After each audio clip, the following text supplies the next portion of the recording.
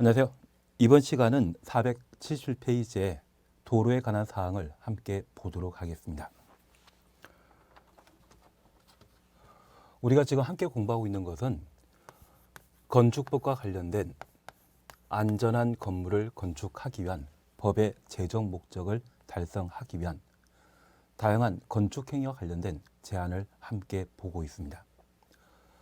안전한 건축물이 만들어지고자 한다면 건축물 구조 설비에 대한 안전 외에 대지도 안전해야 되고, 이 대지는 도로에 접해 있을 때 대지라 표현하게 됩니다. 그래서 건축 제한과 관련된 사항은 도로에 관한 사항과 대지에 관한 내용, 그리고 건축물과 관련된 규제에 관한 사항들을 각각 정리해 놓습니다. 이번 시간에 도로에 관한 사항들을 함께 보시는데, 우선 양가로 1번입니다. 도로란 보행과 자동차 통행이 동시에 가능한 너비 4m 이상의 도로로서 다음에 해당되는 도로와 예정 도로를 말합니다. 예정 도로 줄쳐 놓습니다. 우리 주변의 자동차의 전폭은 1.8m입니다. 두 대 차량이 교차 통과하고 사람도 함께 도로를 사용하고자 한다면 도로의 폭은 4m 이상 돼야 되고, 현재 만들어진 도로 외 앞으로 만들어질 예정 도로의 경우에도 건축법상 도로가 되게 됩니다. 그래서 도로에 대한 기본 개념에 관한 사항들을 이렇게 함께 보시면서, 특별히 고속도로나 자동차 전용 도로의 경우는 사람의 보행이 곤란합니다. 그러한 고속도로 등은 건축법상 도로가 될 수 없습니다. 늘 항상 사람의 보행이 가능한 때만 건축법령상 도로로 인정하고 있습니다. 그래서 고속도로나 자동차 전용 도로의 경우에는 건축법상 도로에 해당되지 않는다. 그 정도를 잠깐 잡아 놓습니다. 양가로 2번은 지형적 조건 등에 따른 도로로서 소방도로와 관련된 사안입니다. 한 15년에 한 번, 20년에 한 번 시험에 나오는 것인데, 최근 개정 사항이 없기 때문에 딱히 시험거리는 될 수 없습니다. 간혹 시험에 내게 된다고 하면 478페이지의 동그라미 2번, 막다른 도로와 관련된 도로 너비에 관한 사항들을 함께 정리하시는 게 필요한데, 특별히 막다른 도로의 길이가 35m 이상의 경우는 도로폭은 6m 이상 돼야 되며, 도시 지역 아닌 읍면 지역의 경우는 4m 이상의 것을 필요로 합니다. 그 정도만 확인해 놓습니다. 그러면 큰 도로에 접해 있는 막다른 도로, 골목길이라고 하면 도로 끝에는 건물 건축되어 있는 대지가 있고, 이러한 대지에 건물이 건축되어 있는데 화재가 발생하는 경우가 있습니다. 화재 진압을 위해 소방차가 출동하게 되는데, 소방 차량의 전폭은 보통 2.3m 정도가 되게 됩니다. 골목길의 길이가 10m 미만의 경우는 도로의 폭이 2m 이상으로 되어 있는데, 이 소방 차량은 소방 설비와 관련된 호스가 실려 있습니다. 그래서 골목길의 길이가 10m 미만인데 도로 폭이 2m 이상이더라도 소방차가 골목길에 진입하지 않고 소방 호스를 이용해서 화재를 진압할 수 있습니다. 막다른 도로의 길이가 10m 이상 35m 미만의 경우는 소방 호스가 닿질 않습니다. 소방차가 진입할 수 있도록 도로의 폭은 3m 이상 돼야 되고, 막다른 도로의 길이가 35m 이상 긴 막다른 도로라고 하면 화재 진압에 소방차가 소방용수를 다 사용하게 되면 차 한 대 빠져나오고 다른 소방차가 진입해야 됩니다. 교차 통과할 수 있도록 6m 이상을 필요로 하는데, 도시 지역 아닌 읍면 지역의 경우에는 시골 지역이기 때문에 골목길에 주정차되어 있는 차량이 없을 겁니다. 그래서 폭 4m 이상만 하더라도 충분한 것으로 파악하게 됩니다. 그래서 가끔 시험에 내게 된다고 하면 마지막에 있는 것들이 시험에 나오게 됩니다. 막다른 도로의 길이가 35m 이상인 도시 지역 아닌 읍면 지역, 이런 이야기 나오게 되면 막다른 도로의 폭은 4m 이상일 것, 그 정도를 확인해 놓습니다. 그리고 2번 도로의 지정 폐지 변경입니다. 이쪽은 건축법에 따라 도로를 만드는 방법에 관한 사항들을 서술을 하고 있습니다. 만약 이런 도로가 만들어지게 되면 도로변의 땅은 맹지에서 대지가 되죠. 우리는 국토계획법이나 다른 개별법에서 도로 설치와 관련된 다양한 방법을 함께 공부했습니다. 건축법에 따라 도로를 만들고자 하는 방법 그냥 한번 봐놓습니다. 그래서 이쪽은 그냥 지나가는 쪽으로 해놓으시고 나중에 문제 풀이할 때 관련 문제 있으면 그때 설명드리는 걸로 하겠습니다. 그리고 제3절 대지와 도로 사이의 관계를 함께 보십니다. 양가로 1번입니다. 건축물의 대지는 2m 이상, 2m 추천없습니다. 도로에 접하여야 한다. 단서에 관한 사항은 천천히 살펴나가십니다. 그러면 첫 번째 우리 이해하실 것이 있습니다. 이런 도로가 만들어져 있고 이 도로 변으로부터 1m 떨어진 곳에 땅이 존재한다고 하면 얘는 맹지입니다. 그래서 대지는 도로에 2m 이상 접해야 된다. 이 말은 도로에 접한 땅만 대지이고 이 대지가 도로에 접하게 되는데 그 길이가 2m 이상이 돼야 됩니다. 이러한 대지에 건물 만들어지게 되면 건물을 이용하기 위한 사람, 차량이 드나들 수 있어야 되는데 그러한 통로로서 건물 건축하기 위한 대지는 도로에 2m 이상 접하여야 합니다. 예외에 관한 사항은 천천히 살펴나가시면 됩니다.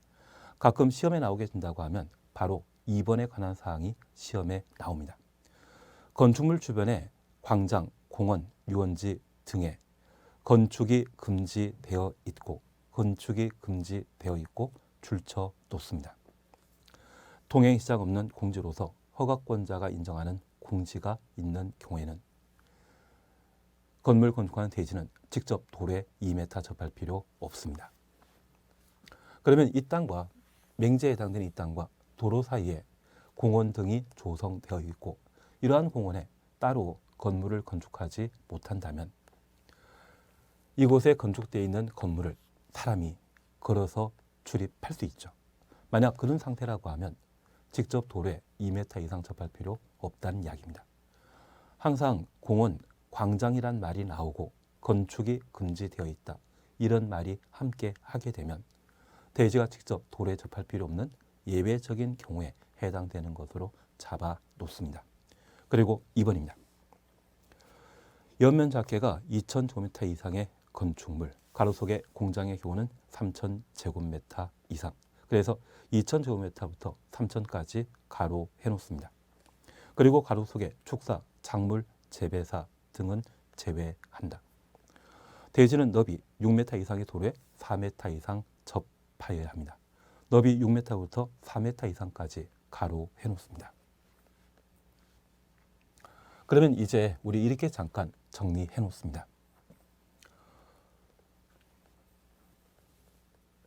여기 도로와 관련된 사항은 도로에 대한 개념은 당연한 것으로 파악해 놓으시고 대지와 도로 사이의 관계를 자주 시험에 출제하고 있습니다. 건물 건축한 대지는 도로에 2m 이상 접해야만 사람 출입이 가능할 것입니다. 그리고 예외적인 경우로서 연면적 2000제곱미터 이상의 건축물을 건축하는 대지는 그냥 도로가 아니라 폭 6m 이상의 도로에 4m 이상 접한 때 연면적 2000제곱미터 이상의 건축물을 건축할 수 있습니다. 우리가 지금까지 공부하시면서 주택에 관한 사항들을 분류할 때 광해 단독택과 공동택으로 구분했고 공동택은 아연탁이란 말로 각각 정리한 적이 있습니다. 아파트, 연립, 다세대, 기숙사 네 가지가 공동주택이죠. 그리고 연립택은 주택으로 사용하는 층수가 4계층 이하로서 동당 바단 면적 합이 660제곱미터 초과하는 주택을 연립주택이라 합니다. 그러면 연립택에 해당되는 것으로서 동당 바단 면적합 700제곱미터를 대지에 3동 만들게 되면 연면적합은 2000제곱미터 이상이죠. 이런 연립주택 단지에는 많은 사람들이 드나들기 때문에 두 대 차량이 교차 통과할 수 있도록 도로에 4m 이상 접해야 되는데 그 도로가 6m 이상 돼야만 유동 인구를 감당할 수 있습니다. 그래서 우리 연면적 2,000제곱미터 이상의 건축물 건축하고자 한다면 폭 6m 이상의 도로에 4m 이상 접하여야 한다. 그 정도를 확인해 놓습니다. 특별히 공장의 효는 3,000제곱미터 이상일 때 6m 도로에 4m 이상 접하도록 되어 있는데 이러한 도로 너비가 건물 크기를 좌우하는 요건이 되게 됩니다. 만약 도로 너비가 6m에 못 미친다고 하면 6m 미만이라고 하면 해당 대지의 면적이 아무리 넓고 용적률이 높게 책정된다 할지라도 건축법과 관련된 대지와 도로사 관계의 요건을 충족하지 못했기 때문에 2,000제곱미터 미만만 건축할 수 있습니다. 그래서 앞으로 우리가 대지를 구입하게 된다고 하면 이 대지가 몇 메타 도로에 접해 있는지도 건물 크기를 좌우할 수 있는 요건이 된다라는 것을 잡아 놓으시고 이게 자주 시험에 출제됩니다. 그래서 우리는 앞으로 264란 말로 대지와 도로 사이의 관계를 각각 정리해 놓습니다. 우리 광야라고 하는 시 기억나시죠? 그 광야 지으신 분이 이육사인데 성함이 이육사이시겠습니까? 교도소의 수감번호가 264이겠습니까? 수감번호이죠. 이분께서는 외정 때 독립운동 하셨던 분으로서 교도소에 수감되었을 때 수감번호가 264라 하시더라고요. 그래서 이 대지와 도로 사이의 관계에 관한 문제가 틀린다고 하면 이육사님 사진 보시면서 얘를 정리하는 것도 방법이 되지 않나 싶습니다. 그리고 공장과 관련되어서는 규제 강화 대상이다, 완화 대상이다.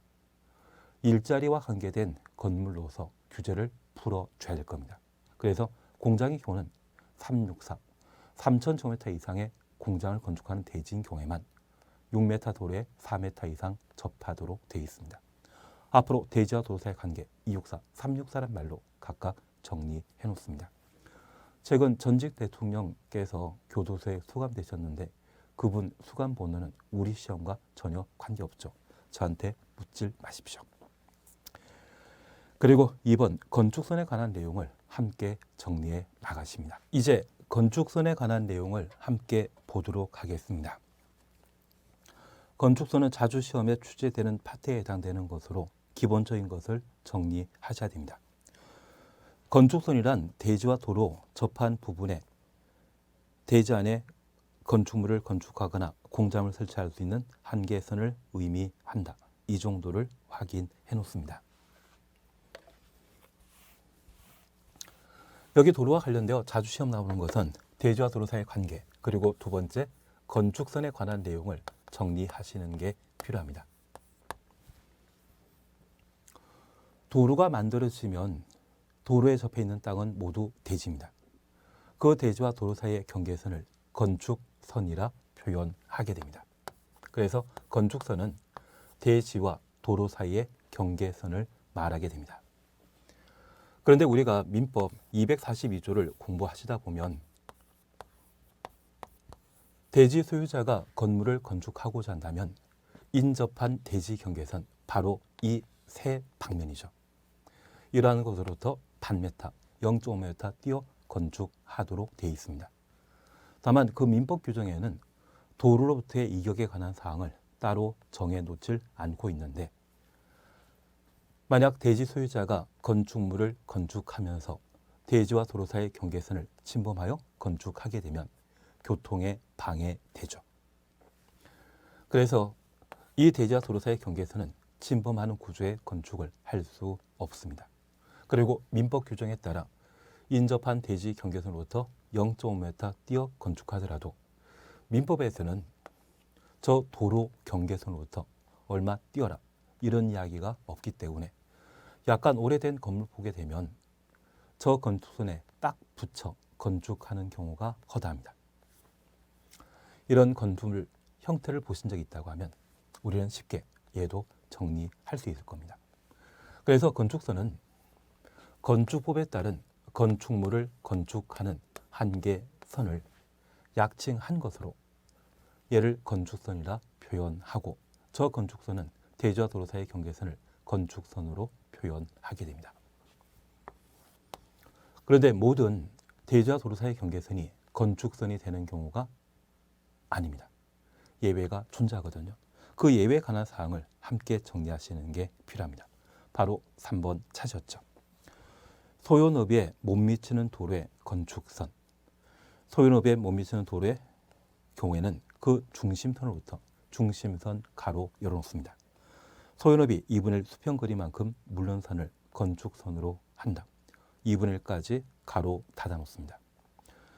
그 도로 반대쪽에 경사지 등이 존재하는 경우에는 다음 페이지 경사지 등 있는 쪽에 도로 경계선에서 소요너비에 해당되는 수평거리의 선을 건축선으로 한다. 그래서 경사지 등부터 소요너비까지 가로 해놓습니다. 우리는 이것을 건축선 지정이라 표현하게 됩니다. 건축법령상 도로는 폭 4m 이상 돼야 되는데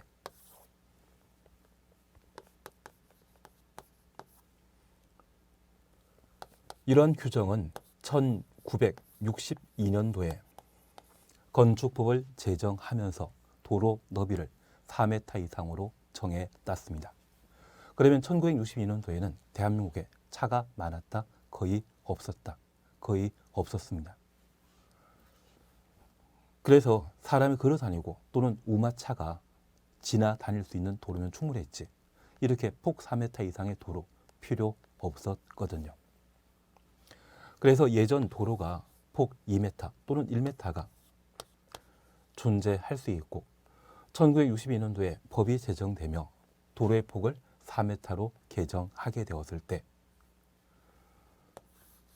기득권을 보호받아 소요너비에 못 미치는 미달되는 도로에 접해 있는 땅에 건물을 건축한 자는 적법한 건축행위로 법의 보호를 받았습니다.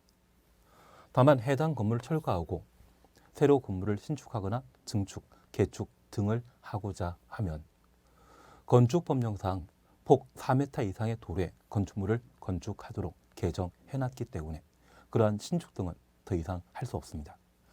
자기 땅 중에 일부를 도로 용지에 내놔야만 새로 건물을 신축할 수 있었습니다. 우리 기득권 보호라는 것 충분히 이해하고 있으시죠? 그러면 저 폭 2m인 도로를 폭 4m 이상의 도로로 확장하고자 한다면 소요너비에 미달되는, 소요너비에 못 미치는 양쪽 대지 소유자가 공평 부담 원칙에 따라 각각 1m를 도로 용지에 내놓게 되면 폭 4m 도로가 만들어질 수 있습니다. 만약 현재 도로 폭이 1m라고 하면 양쪽 대지 소유자는 각각 1.5m를 도로 용지에 내놨을 때 폭 4m 도로가 될 수 있을 겁니다. 그러면 이 건축선 지정과 관계된 사항으로 우리가 잠깐 이해하실 것은 현재 이 하얀 선은 대지와 도로 사이의 경계선인 건축선이다? 아니다. 건축선 아닙니다. 미래 도로가 확장되게 되면 이 부분은 예정 도로에 해당되는 것으로서 이 예정 도로가 만들어지게 되면 이 빨간 선이 건축선이 되게 됩니다. 다만 이 빨간 선은 현재 대지와 도로 사이의 경계선이 아니기 때문에 눈에 보이질 않습니다. 그 정확한 위치를 법으로 정할 필요가 있죠. 그래서 여러 가지 도로 상황 고려하게 되었을 때 공통된 기준을 마련하고자 이 건축선 지정과 관계된 사항으로 양쪽의 대지가 존재하는 경우에는 그 도로 중심선으로부터 소요 너비의 2분의 1 후퇴한 물린 곳을 미래 도로가 확장되었을 때 대지와 도로 사이의 경계선으로 인정하고 이곳을 건축선으로 정해 놓게 됩니다. 그리고 한쪽은 대지이지만 다른 한쪽이 경사지, 이 경사지는 절벽을 말합니다. 철도 부지, 기찻길을 말하는 것이죠. 1962년도에는 도로 확장과 관련된 기술이 발달돼 있다? 그렇지 않다. 좀 부족한 점이 많았을 겁니다. 그래서 경사지 쪽으로 도로 확장하는 것에 대해서는 애당초 생각하지 못했고 대지 소유자가 자기 땅 일부를 도로용지에 전부 내놔야 됩니다. 만약 현재 도로폭이 2m라고 하면 2m 정도를 도로용지로 내놔야 될 겁니다. 그래서 한쪽만 대지가 존재하는 경우라면 경사지가 있는 쪽에 도로 경계선으로부터 소요 너비만큼 후퇴한 곳을 건축선으로 파악하게 됩니다. 그래서 건축선 지정과 관련되어 양쪽의 대지가 존재하는 것을 전제하게 되면 중심선과 2분의 1이 건축선 지정 기준이 되고 경사지나 철도 부지란 말 보게 되면 그 경계선으로부터 소요 너비만큼 후퇴한 곳을 건축선으로 인정하게 됩니다. 건축선 지정과 관련된 사항 저렇게 살펴놓습니다. 그러면 만약 현재 도로폭이 2m인데 양쪽의 대지가 존재하는 상황에서 토지의 크기가 가로 세로 각각 10m라고 하면 1m 정도를 도로용지로 내놔야 됩니다. 도로 예정지는 대지이다, 도로이다. 예정 도로는 도로였죠. 그래서 저 1m 부분은 대지 면적에서 제외시키기 때문에 실제 건물 건축할 수 있는 대지 면적은 90제곱미터가 돼야 될 겁니다. 그리고 한쪽이 절벽 경사지에 해당되게 되면 폭 4m 도로 만들기 위해 2m를 도로용지에 내놔야 되기 때문에 가로 세로 각각 10m인 토지라고 하면 80제곱미터만 대지 면적이 되게 됩니다. 취지 약간 이해되시겠습니까? 그리고 4번은 도로 모퉁이에 위치한 대지 건축선에 관한 사항으로 한 20년에 한 번 시험에 출제될 수 있는 내용입니다. 이쪽은 건축사 시험에서 출제되는 내용으로 우리가 직접 한 게 없는데 이쪽 문제를 해결하고자 한다면 우리 학교 다닐 때 공부하셨던 사인, 코사인, 탄젠트라는 것을 한번 기억하실 겁니다. 그걸 접목해야만 가능한 문제이거든요. 그래서 이쪽은 건축사 시험에 출제되는 내용이지 우리가 직접 관계된 것 아닙니다. 간혹 나올 수는 있지만 그런 문제는 건너뛰는 게 합리적이지 않나 싶습니다. 그리고 5번 지정 건축선과 관련되어서는 거의 시험에 나오질 않습니다. 다만 1번에 특시, 특도, 시, 군, 구청장은 시가지 안에 건축물의 위치나 환경을 정비하기 위해 필요하다 인정되면 한 줄 밑에 도시 지역에서는 4m 이하 범위 내 건축선을 따로 지정할 수 있다. 도시지역부터 4m까지 가로 해놓습니다. 그래서 시가의 정비를 목적으로 한다면 도시지역에서는 4m 범위 내 건축선 따로 지정할 수 있다. 그 정도만 확인해 놓습니다. 그리고 한 장 넘기십니다. 이과 관련되어서는 설명 중에 이미 이야기 드렸던 내용들이 반영되어 있기 때문에 그냥 지나가고 바로 3번 함께 보십니다. 건축물과 3장은 건축선의 수직면을 넘어서는 아니 된다. 다만 지표 아래 부분은 지표 아래 주쳐놓습니다. 그러하지 아니하다. 얘를 잘 봐주시는 게 필요합니다. 그러면 우린 도로가 사람의 보행과 차량 통행이 동시에 가능한 폭 4m 이상의 도로를 건축법상 도로를 한다. 개념 충분히 정리되었습니다. 그래서 이 도로는 차도만 도로가 되는 것이 아니라 사람이 걸어 다니는 인도, 보도도 건축법상 도로가 되게 됩니다.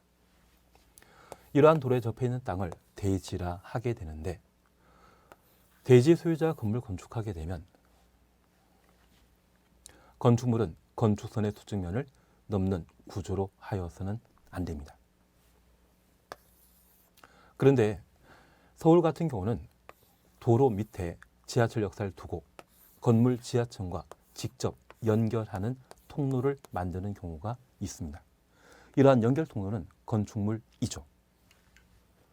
우리가 건축물에 대한 개념 정의 함께 하시면서 건축물이란 토지에 정착한 공작물 중에 지붕과 기둥 또는 벽으로 구성되어 있는 것을 건축물이라 하고 이러한 건축물에 딸린 시설물, 저 시설물이나 공작물이 건축물에 딸려 있다고 하면 주종 관계에 따라 시설물, 공작물 모두 건축물이 되게 됩니다. 그래서 이 건축물에 딸려 있는 연결 통로의 경우에도 건축물이 되게 되는데, 이러한 연결 통로는 건축선을 침범하는 구조로 건축할 수 있습니다. 어디에만? 지표 아래의 경우에만. 사람이 두더지가 아니기 때문에 땅을 파고 다니는 건 아니지 않습니까? 그래서 지표면 위에는 건축물 또는 담장을 건축하게 되었을 때 건축선을 수직면을 침범할 수 없지만, 지표 아래의 경우에는 예외를 인정하게 됩니다. 만약 시험에 지표 아래 건축물 등은 건축선의 수직면을 넘어서는 아니 된다, 이 말 나오면 바로 틀린 것으로 잡아내십니다.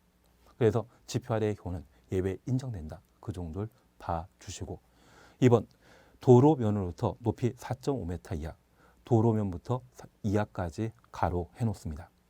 출입구 등은 열고 닫을 때 건축선의 수직면을 넘지 아니하는 구조로 하여야 한다.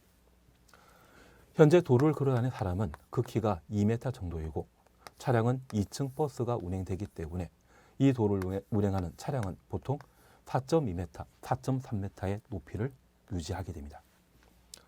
건축물 건축할 때 출입문 창문을 건축선 안쪽에 설치해놨는데, 심지어 차양 같은 경우에도 건축선 안쪽에 설치해놨는데, 여름에 이 차양을 쫙 펼치게 되면 대지와 도로 사이의 경계선인 건축선을 침범할 수 있을 겁니다. 지나다니는 사람이 이런 차양에 부딪히게 된다면 좀 곤란하죠. 그래서 도로를 이용하는 차량, 사람 키 높이를 고려하여 도로면으로부터 4.5m 이하의 출입문 등은 개폐 시 열고 닫을 때 건축선의 수직면을 침범할 수 없습니다. 취지 약간 이해하시겠습니까? 그래서 도로에 육교를 우리가 함께 한번 보시게 되면 육교 밑에는 높이 4.5m 초과하는 차량 통과 금지, 이러한 것들을 본 적 있으실 겁니다. 그러한 것들은 건축법과 관련된 이론 규정을 고려한 것으로 봐가지고 지금 4.5m의 기준이 되는 것은 지표면입니까? 도로면입니까? 도로면이죠. 그래서 4.5m는 육교에 설치되어 있는 동그란 팻말에 4.5m라는 숫자를 보신 적이 있다고 하면 충분히 문제를 해결할 수 있고, 그 4.5m의 기준이 되는 것은 도로면이 된다, 그 정도를 확인해 놓습니다. 그래서 우리는 도로와 관계된 사항으로 대지와 도로 사이의 관계, 건축선, 이 두 가지를 잘 정리하는 게 필요한 것 같습니다. 483페이지에는 건축물의 구조, 재료에 관한 사항들을 각각 서술하고 있습니다. 이쪽 파트에서는 우리 시험에 문제 하나가 출제되게 되는데, 최근 개정된 사항과 가장 기본적인 것들만 한번 정리해 나가십니다. 그리고 이쪽은 공부할 양은 또는 우리가 정리할 양은 참 많은데 불구하고 출제되는 문제는 하나, 많으면 두 문제밖에 안 되기 때문에 적당하게 공부하는 게 필요하지 않나 싶습니다. 그 중에 첫 번째 우리가 함께 봐주실 것으로서 양가로 2번 내진 등급 설정에 대해서는 나중에 문제 나오면 한번 정리하시고 지금은 그냥 지나갑니다. 2번 구조안전 확인 대상 건축물 찾으셨죠. 그리고 동그라미 2번입니다. 구조안전 확인한 건축물 중에 다음에 해당되는 건축물의 건축주는 건축주 줄쳐놓습니다. 해당 건축물의 설계자로부터 구조안전 확인 서류 받아 착공신고하는 때 착공신고 줄쳐놓습니다. 확인 서류를 허가권자에게 제출하여야 한다. 다만 표준 설계 도서에 따라 건축하는 건축물은 제한한다. 표준 설계 도서 줄쳐 놓습니다. 그리고 다음 페이지에 1번부터 5번까지 묶어 놓습니다. 층수가 2층 이상인 건축물, 목구조 건축물의 경우는 3층 이상, 2층 줄쳐 놓습니다. 연면적 200제곱미터 이상의 건축물, 200 줄쳐 놓습니다. 다만 창고, 축사, 작물 재배사는 제외한다. 창고부터 제외까지 가로 해놓습니다. 그리고 목구조의 효는 500 이상입니다. 높이가 13m 이상의 건축물, 처마 높이가 9m 이상의 건축물, 기둥과 기둥 사이 거리가 10m 이상의 건축물, 10m 줄쳐 놓습니다. 그래서 첫 번째 우리 봐주실 것은 건축법에 따른 구조, 설비와 관련된 안전한 건물을 건축하기 위한 규제, 제한에 해당되는 것으로서 구조, 안전, 확인 서류,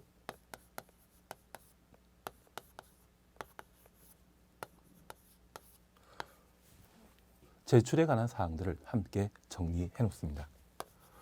우선 구조안전 확인 서류 제출 대상과 절차에 관한 사항들을 각각 정리해 주시는데, 구조안전 확인 서류 제출하는 자는 설계자가 아니라 건축주가 언제? 착공 신고하는 때 허가권자에게 제출하도록 되어 있습니다. 건축주가 착공 신고하는 때 구조안전 확인 서류를 설계자에게 받아 허가권자에게 제출하도록 되어 있습니다. 그러면 확인 서류의 제출 대상으로 층수가 2층 이상이거나 목구조 건축물의 경우는 3층 이상입니다. 연면적 200제곱미터 이상, 그리고 기둥과 기둥 사이 거리가 10m 이상의 건축물, 이러한 건축물은 구조안전 확인 서류 제출 대상인데, 우리 시험 볼 때까지 둘 10이란 말로 얘를 정리해 놓습니다.